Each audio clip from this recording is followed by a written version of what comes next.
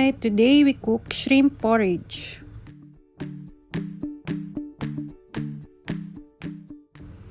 In a medium heat, we put cooking oil.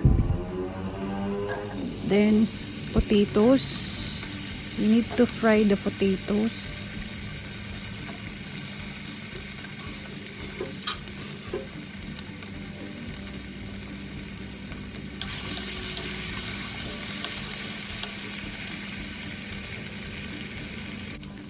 Now we set aside the potatoes. We can put our garlic.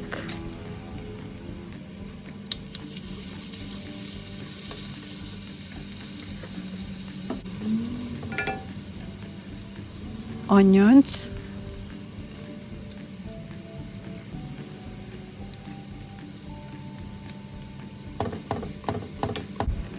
Clean peeled off shrimp.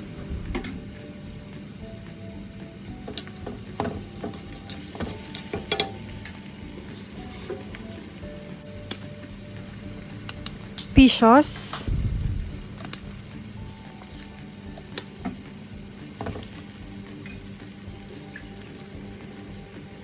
1 cup glutinous rice or malagkit,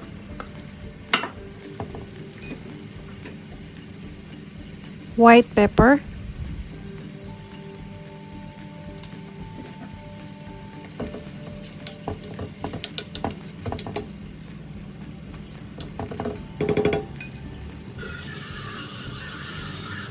if you put 1 cup of rice, you need to put 3 cups of water.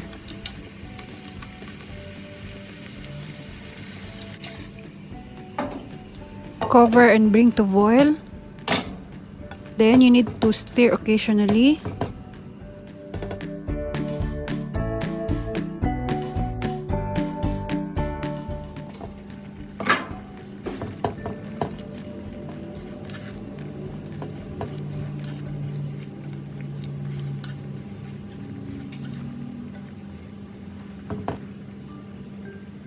Our rice is almost done. I think in a low heat for 5 to 10 minutes.